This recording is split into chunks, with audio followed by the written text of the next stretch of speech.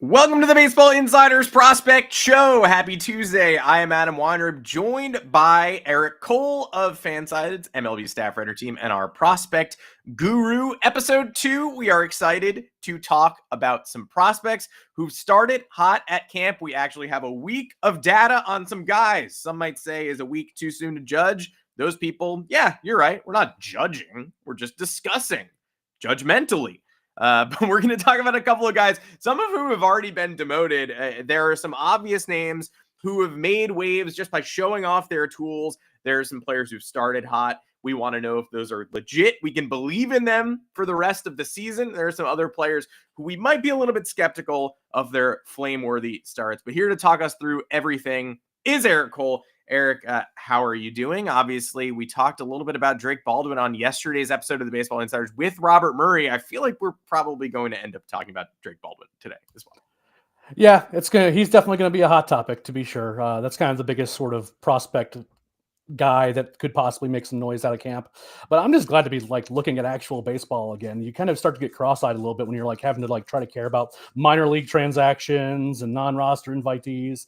A lot of guys that we're frankly never going to talk about again, coming out of the off-season. But now we're starting to see these guys play, starting to see are these guys the real deal? How do they look coming out of the offseason? And that's been a lot of fun for someone who just enjoys watching baseball as opposed to kind of pretending, it being kind of a pretend sport that we have to imagine what's going to happen. We actually get to see it in person now. Yeah, the same lefty relievers, I think, changed hands 6 times this offseason on minor league contracts.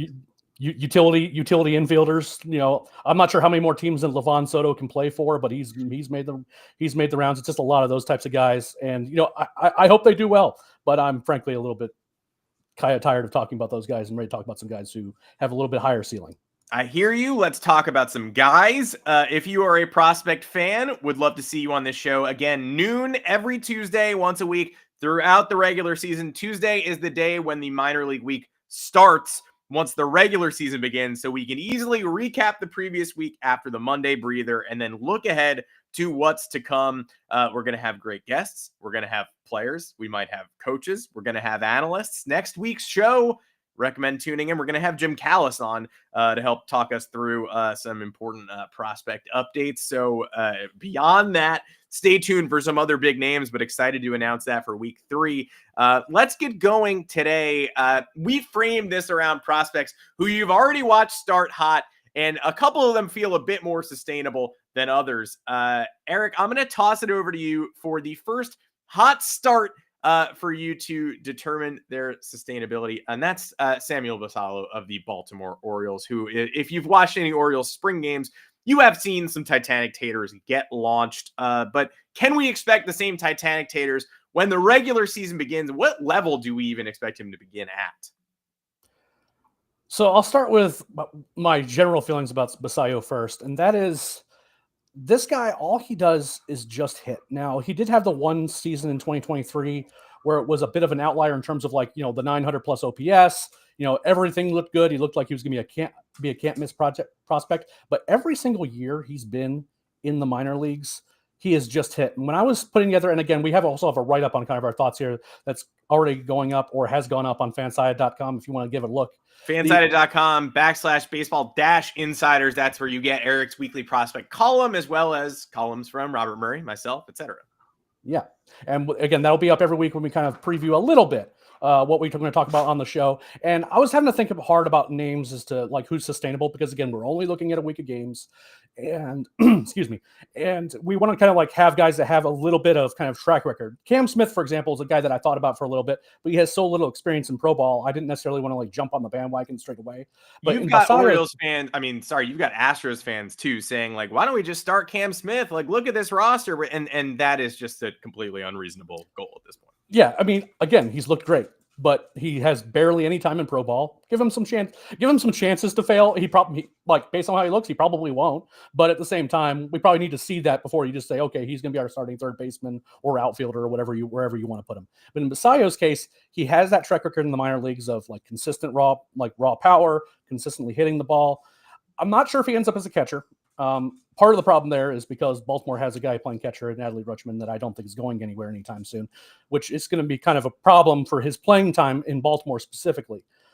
So what I think happens is that he ends up at AAA to start the season. I just don't see a spot for him right now. That's an easy fit, and Baltimore is also one of those teams that likes to hold guys down, preserve service time as much as possible, basically save themselves a nickel down the road. And I think that's where he ends up, but I think that he's going to hit enough. And again, what we're seeing in spring is, he's already hitting the ball hard. He looks good, and he looks like he's ready. That once we kind of getting around in that range of May, maybe early June, either they're going to give him a chance at maybe a different position. We might see him play different positions down in the minor leagues, or he's going to be kind of one of those guys that probably needs to be moved at the trade deadline. If they're like, hey, he's really good, we just don't have a spot for him here.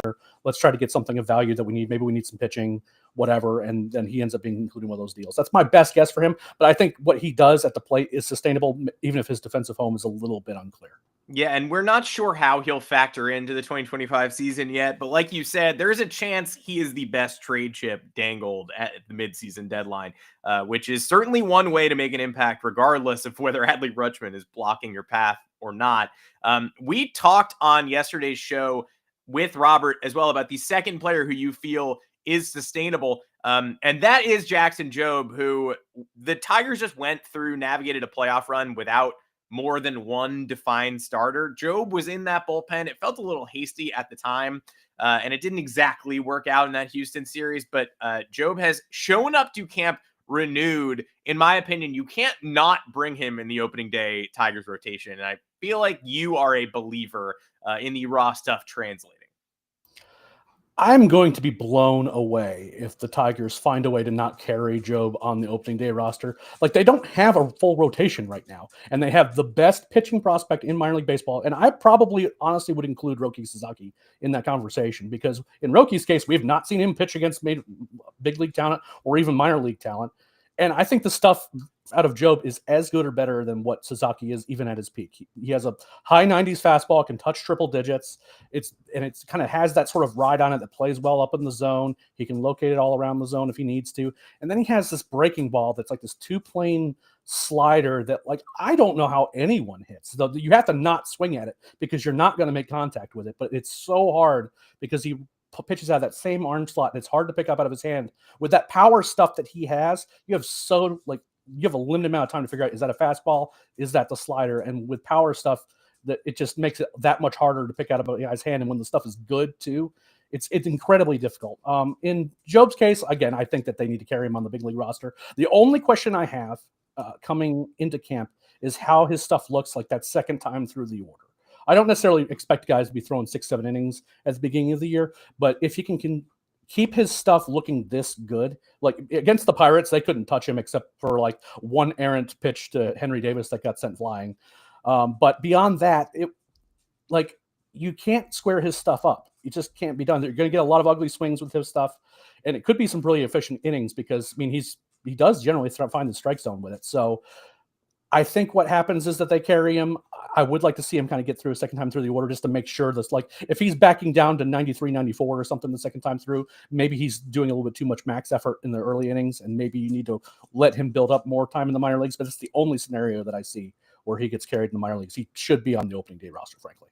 Can you respond to the allegations that the Columbus Clingstone's own Lucas Braun is better than Jackson Jobe? I admire the optimism, but no. Great pitcher. I mean, we're naming a lot of great pitchers in the comments section. No. Lucas Braun's great. I see Cole Drake. I see Caden Dana. I see all of you. I like Caden Dana a lot. He's not as good as Jobe, and his ceiling isn't anywhere close to Jobe. And like Caden Dana's ceiling is probably a number 2, like a okay number 2, very good number 3 starter. Jobe could be a frontline starter in the big leagues and compete for Cy Youngs. Full stop. And again, ceiling does not necessarily dictate results, but there is a reason that we believe so heavily in Jobe. There just is, it's unmatched talent. What about the two prospects whose hot spring starts you don't necessarily believe in translating right away? Again, this is not to say these players won't have an impact. It's just to say that the narratives that they're running with right now in week 2 of camp maybe don't have enough fire burning below them to sustain a full season of big league production right now.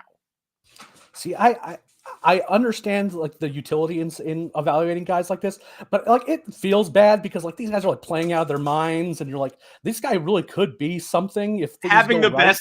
best Yeah, week of their lives, and here we are being like, I don't buy yeah. it. Like, okay, I love all these guys. Like Vinny Capra's another guy that I thought a lot hard about. Like he's not ranked by anybody, and he's leading the league in home runs. He's having a great offseason for the the spring training for the Brewers, but I didn't end up naming him because again, like it's one of those things where I would prefer to have like more of a track record and guys whose profiles that even without spring training, I would still have some questions about. The first one is Chandler Simpson. Now, I want so badly for a guy like Chandler Simpson to be good because if you have like a Tony Gwynn Ichiro type who just like no exit velocity really, but just knows how to hit, makes tons of contact, doesn't strike out, and then who can run 100 miles an hour and steal 80, 100 bags, some like weird like Ichiro, Vince Coleman sort of hybrid type player, that would be so fun to watch. But the problem is that the number of guys who have made that profile work in Major League Baseball history is very, very small. He has bottom of the scale power. He like everything that he hits. Like if he ropes a double and it's like 85 miles an hour, he got all of it. I mean that he might require like a Happy Gilmore type run and hit to make that happen. So he again fun guy. I love the pure contact ability and like seeing one of those like old school sort of like prototypical leadoff hitter types succeed would be amazing, but it's just not a profile that translates particularly well. And it looks good in spring training, especially early, because like big league defenders are still like getting up to speed, aren't used to playing like in real games and having to react in real time.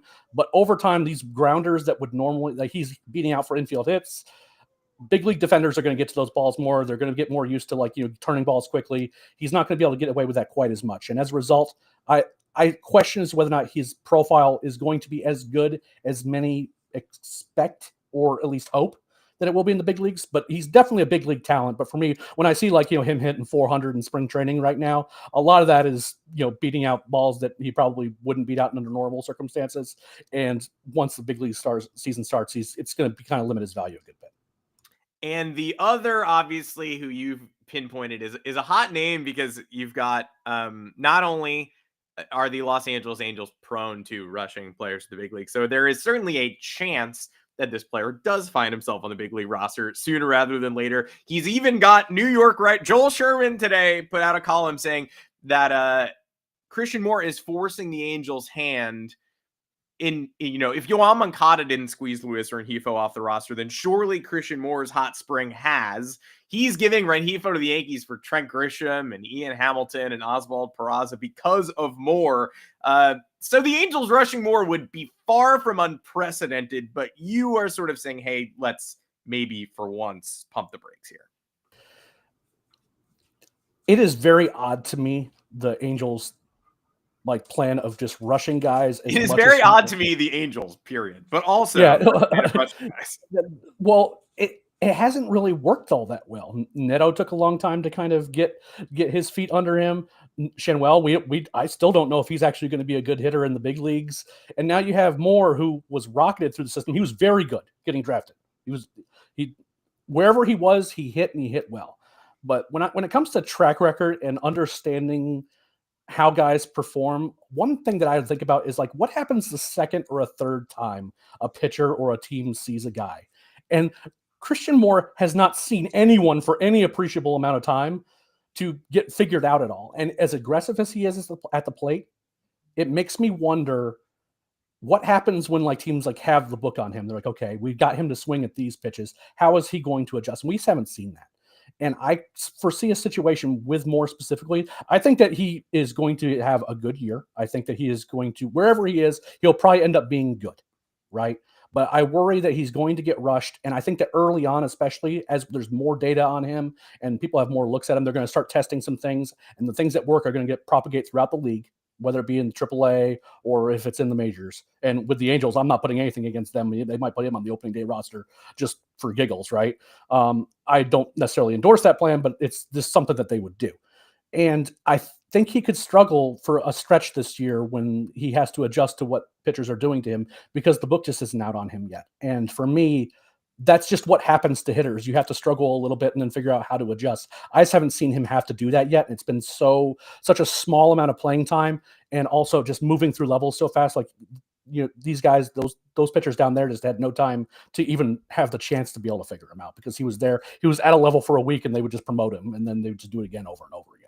And just look at the Angels and Astros recent franchise history. And by recent, I'm talking about a decade plus. Like, Houston is not going to get fooled by Cam Smith. He is going to start where he should start this season. He is going to be, for all intents and purposes, a monster, but he is not going to make the opening day roster. Christian Moore could be a great big leaguer. They might have gotten one here, but there is a chance he starts the year on the opening day roster for a team with a lower ceiling.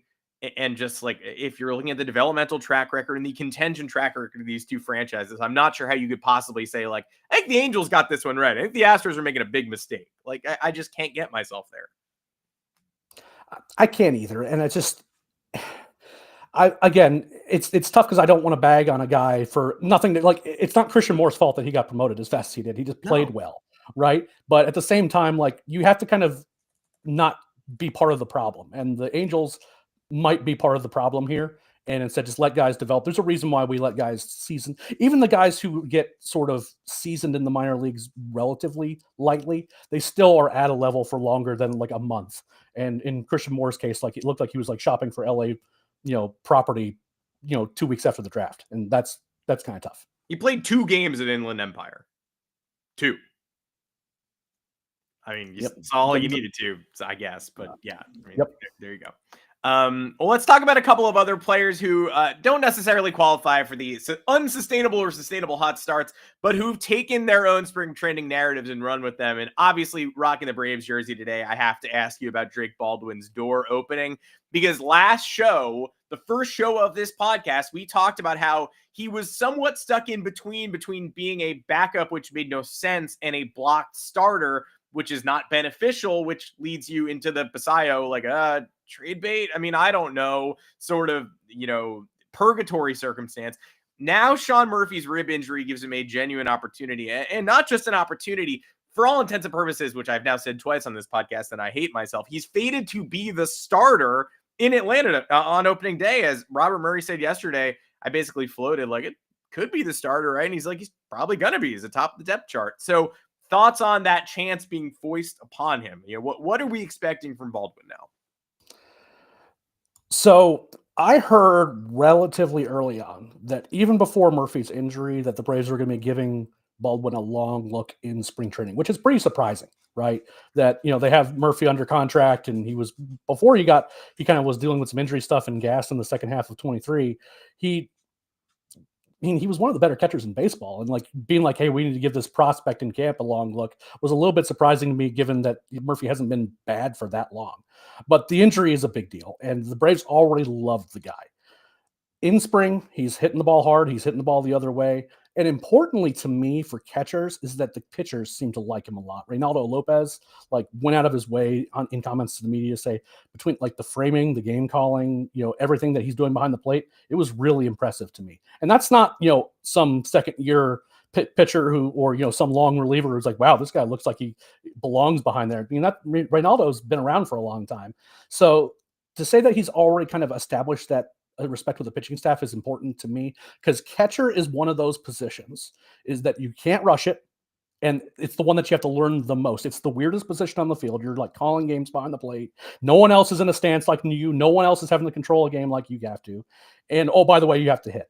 And in Baldwin's case, he's still hitting the ball hard. I don't think it changes all that much in terms of like how he's going to be used. He's playing in the lineup today. They've been playing him a lot in spring training already, even before Murphy got hurt. It does stink to see all these takes about Sean Murphy, like he's made of glass. I mean, the guy took 95 to the ribs. I challenge anyone who's writing some of these things to have that happen to you. I've taken 83 in the hip, and I quit baseball on the spot when that happens. So I think he's going to get the job. I mean, again, the other options are like Chadwick Trump and, others, Sandy Leone, guys who you don't necessarily want to be starting. And the first month of the Brave season is already going to be tough because they have both Strider and Acuna out for probably most of that stretch. A lot of tough games. And you don't automatically want to have a black hole in your lineup at catcher either. Baldwin is not that guy. He is going to do some damage. I don't know exactly how he's going to look against big league pitching early on. It's kind of one of those things like asking a prospect to immediately jump in at the beginning of the season when pitchers are already ahead of hitters and be like, go produce, go hit 270, bud. But I think he has that in him. And his ceiling is kind of an all-star level catcher. Now, what happens after that is interesting because if Murphy comes back and is healthy and is playing well, then Baldwin might be showcasing himself for the rest of the league because he's another guy who could be a trade deadline chip. Yeah, and Murphy just so happens to be signed through, I believe, 2048. So clearly, if he does return healthy, not quite that bad, but yeah, he's definitely on a longer deal for sure. Yeah, give or take. But yeah, hey, the teams that are looking at swapping established talent for Basallo might eventually find themselves looking at Drake Baldwin as well. And there was a question early from Andrew about, hey, what teams might be Basallo landing spots? I suspect he was asking that because I know he's a Padres fan, and I know he has Dylan Cease, and I know he has Michael King, and I know he might be looking for a long-term catcher. But the Padres are a natural, obvious fit for top-tier starting pitcher in exchange for budding prospect catcher. I don't know if any other teams come to mind, but I will echo what I'm sure Andrew is currently thinking. Yes, the Padres are absolutely a fit here. The Padres do seem like a prime candidate. I imagine that when the Braves and Padres were kind of talking about the Michael King and or Dylan Cease trade discussions, that the Padres like, we could use Drake Baldwin in this package and maybe we could work something out. It's just the question is whether or not the Braves thought that was worth it, which is a fair question to ask because Baldwin's quite good and the other guys are, rentals. Yeah, and we don't know how long the Ethan Salas timeline will be, but appreciate the question. Of course, we will always take them. Two more players I want to mention from their spring showcases because one is already over, technically. Demoted to reassigned to minor league camp. You can recall these guys if you need them for a fill-in for some reason. So if someone is demoted, sent back and reassigned, it does not mean you'll never see them again. They're not going to make the opening day roster. But for, it seems we're probably not going to see as much of Konnor Griffin in the latter half of Pirates spring training as we did in the first portion. He was among their first folks reassigned, but he is 18 years old. He is 2024's Pirates first rounder. We didn't see much of him last year. He's sort of a mysterious persona, and he was drafted as a shortstop, competed at camp this year, and played exclusively center field. And hit an impressive late bomb to break a tie against the Baltimore Orioles in one of his final spring showcases. So I think the consensus is he is probably an outfielder long-term, which makes it even weirder that O'Neal Cruz is already out there, but I digress. Did you see anything in Konnor Griffin's brief cameo at Big League Pirates camp that changed your idealized timeline for him? And just were you impressed by what you saw? Because I think a lot of Pirates fans probably were. I mean, it'd be really hard not to be impressed. You have to be a pretty jaded individual to see what that guy did. And that's not what we do here on this podcast. We are impressed by impressive things. Well, within reason. I mean, I'm not making any totalizing promises here, but at the same time, obviously in Griffin's case, I'm not surprised at what he was capable of. I mean, this was the most tooled up player in last year's draft class. And again, by a relatively decent margin. And the only reason he went as low as he did is because he was a prep bat, and that's a demographic that is can be very hit and miss. But I mean, the raw power was very evident when he was in high school. The guy can absolutely fly, and in terms of what he was capable of, I fully expected to see a big league camp where Konnor Griffin did things where I'm like, wow, that guy can really play. I just didn't expect it to be this year. He's so young, and he just looked like he belonged there. And for a guy like that young, to have that kind of raw power and speed and know how to implement it in games against guys who are competing for roster spots, who are trying to get him out and they kind of couldn't.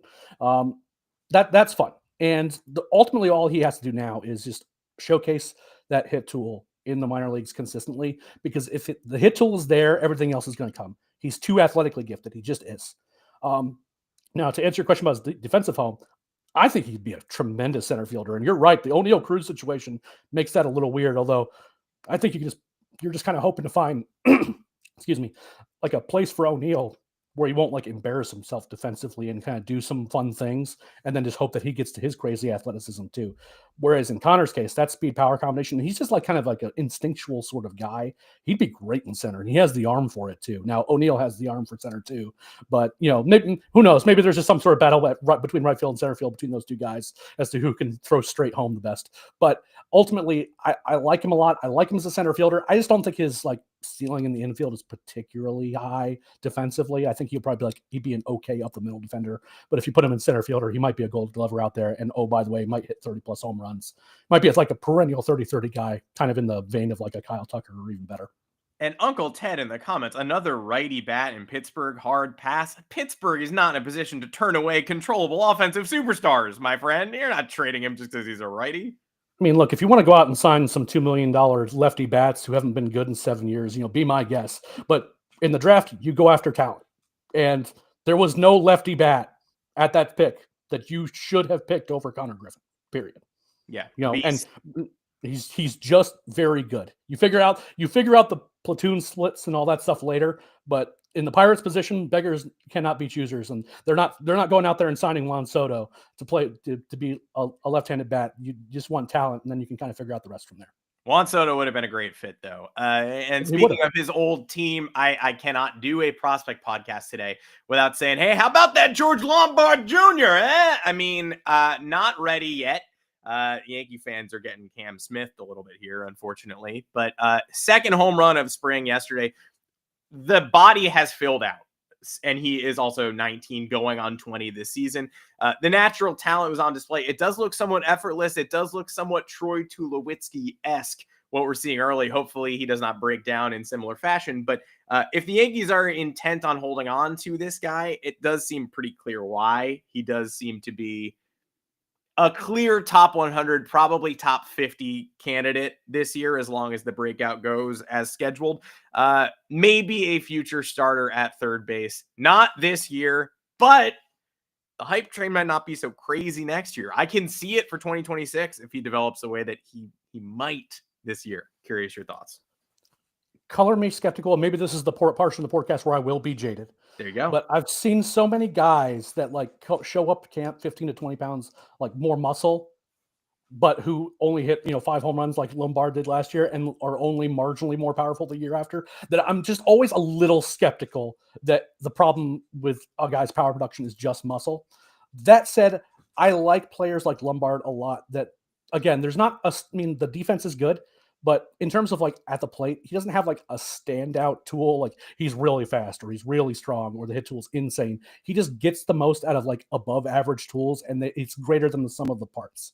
And in Lombard's case, if he is a little bit stronger, that allows, his hit tool is going to play up, and that would be great. And I think he's a surefire shortstop. There's no chance he's going to be changing. That's going to be changing anytime soon. As to kind of what to make of him, and what he projects at in terms of how highly he's going to be ranked, it's just going to come down to production in the minor leagues and how he can do things consistently. Because the issue he had last year was like his swing was kind of was kind of wonky. He was making a lot of changes, trying to get loft, but then like his bat path got weird, and like he was changing his setup, changing how his step and all this other stuff, and that is going to make your numbers not look great. And his numbers weren't great last year. They just weren't. No, so. I love the raw ability. And again, he's very clearly been well coached and is willing to make changes if he thinks it'll make him better. Unfortunately, in his case last year, the changes that he was trying to make on the fly were kind of messing him up more than helping him. I think that a top 100 consideration, considering kind of the overall tools that he has at his disposal and his ability to get to them, seems perfectly reasonable. I'm not going to be shocked if he's a top 50 guy either, between the Yankees hype train, which certainly does help from time to time. Absolutely. And also just, again, that all-around skill set playing at a premium defensive position at shortstop. If you are pretty good at playing shortstop and also hit, then you're going to be kind of in that top 50 discussion. How much further beyond that he gets, I would like to see if this this frame is filling out means that he's going to be putting more barrels on the ball and doing more damage. But that's more just me wanting to wait and see than anything else. Of course, and Uncle Ted, I will agree with you. I like Caleb Durbin. We like Caleb Durbin. Oh, big Caleb Durbin fan. And Ted, I see the love for Tirso Ornelas. We talked about in the last show. Color me a fan. I think the guy can just flat out hit, and I think that the Padres should give him a roster spot. That's just me. But I mean, again, don't feel like we're ignoring. We did talk about him last week, I promise. Yeah, bombs away for Durbin so far as well. Hey, look, Yankees don't have a third baseman. That might be something you're going to think about when the season begins. We will see you back here on this feed next week. Next Tuesday, we're going to have Jim Callis. We will let you know when we record that or if we run it live. But either way, tune in, turn your notifications on. We'll see you at noon Eastern time, Tuesday, March 11th. Eric Cole, thank you so much for joining me. Everyone here watching, thank you. Join the Discord if you haven't. Bring questions for Eric between shows. He will be there. You can tag him in. He'll answer your prospect questions. Another week of data will be great, though. Can't wait to regroup here next week and talk a little bit about who actually did sustain these starts for another week and who are beginning to make the big league decision makers a little bit nervous about, do we have to find room for this guy? Like, can we justify a demotion here? That'll be next week. Yeah, it's going to be a great time. Again, spring training is so fun because you get to see so many guys. Even again, like as you mentioned, even the guys who are already back in minor league camp, they just always just make cameos late in games, and that just leads to some kind of fun talk for the future. So appreciate everyone coming to watch, and as always good talking with you, Adam. I mean, we talk a lot, but it's nice to do this kind of in this space, and I'm having a blast. Yeah, I'm having a blast. We talk a lot, but it's only recorded once a week as of now. So this is a nice elevation, and we appreciate everyone joining us. We will see you right back here. Please, we hope, next week, Tuesday, noon Eastern time. Until then, for Eric Cole, I'm Adam Weinrib. Take care. Join us next time on the Baseball Insiders Prospect Show.